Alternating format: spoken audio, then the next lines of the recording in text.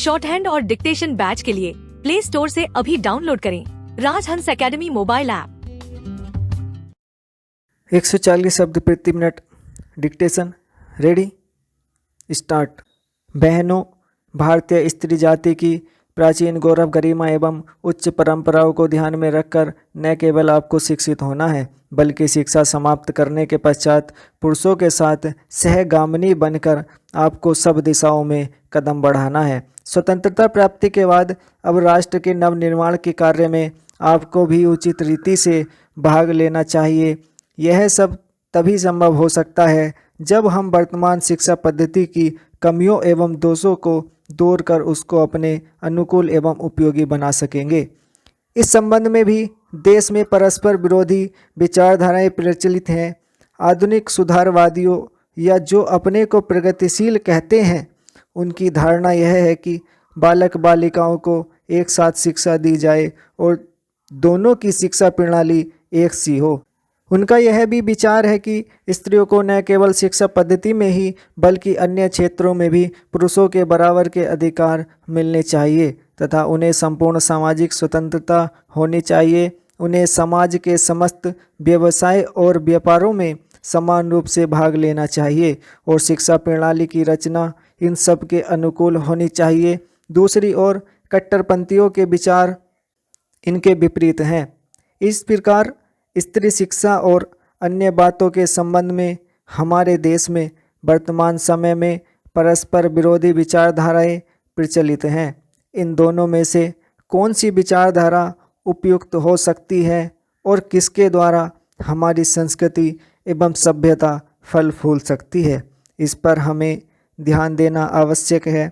जहाँ तक मेरा अपना विचार है, मैं समझता हूँ कि हमारे लिए इन दोनों के बीच के मार्ग को अपनाना श्रेयस्कर होगा। चेंज वर्तमान शिक्षा पद्धति के आदर्श एवं उद्देश्यों में जो दोष पाए जाते हैं, उनके अतिरिक्त वह बहुत महंगी सिद्ध हो रही है।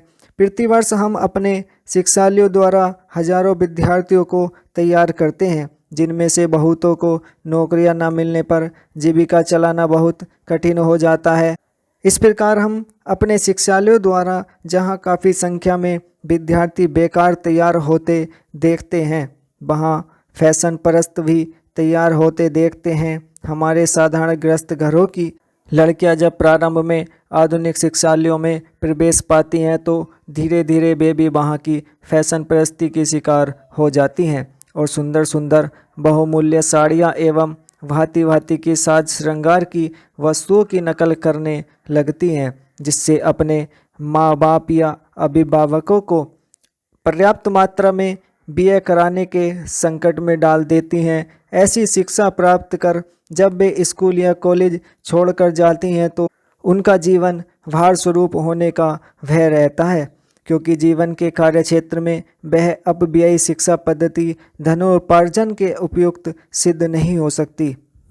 यह नौकरी की आशा भी पूरी नहीं कर सकती और अंत में यह शिक्षा उनके लिए निकम्मी मालूम पड़ती है। इसलिए हमें सचेत होकर सोचना है कि क्या वर्तमान शिक्षा पद्धति ही हमारे लिए उपयुक्त है। चेंज महोदय, कुछ समय बाद जैसे ही समाचार पत्रों में बहुत से लोग काम करने लगे और प्रकाशन कार्य के लिए व्यवसाय यंत्रों की आवश्यकता पड़ी, इस कार्य ने उद्योग का रूप धारण किया। निःशुल्क प्रचार अथवा सेवा की भावना अब अव्यावहारिक जान पड़ी और प्राय लुप्त हो गई। समाचार पत्र उद्योग का यह विकास संभवतः स्वाभाविक है और आधुनिक विचारधारा के अनुरूप है। फिर भी यद्यपि पत्रों का प्रकाशन एक उद्योग के रूप में होता है, समाचार पत्र स्व उद्देश्य राष्ट्र सेवा की भावना तथा नैतिक दायित्व से एकदम मुंह नहीं मोड़ सकते। यह भी स्वीकार करना होगा कि इस उद्योग की यथोचित उन्नति के लिए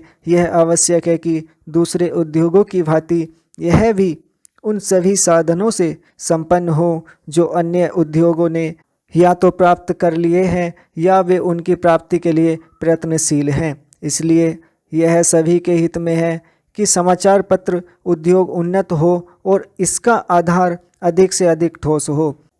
इधर कुछ वर्षों से हमारे देश के समाचार पत्रों में जागृति की लहर आई है। उद्योग की आवश्यकताओं, श्रमजीवी पत्रकारों की मांग और पाठकों के हितों ने मिलकर ऐसी स्थिति पैदा कर दी कि समाचार पत्रों की दशा पर पुनर्विचार करना आवश्यक हो गया। स्टॉप।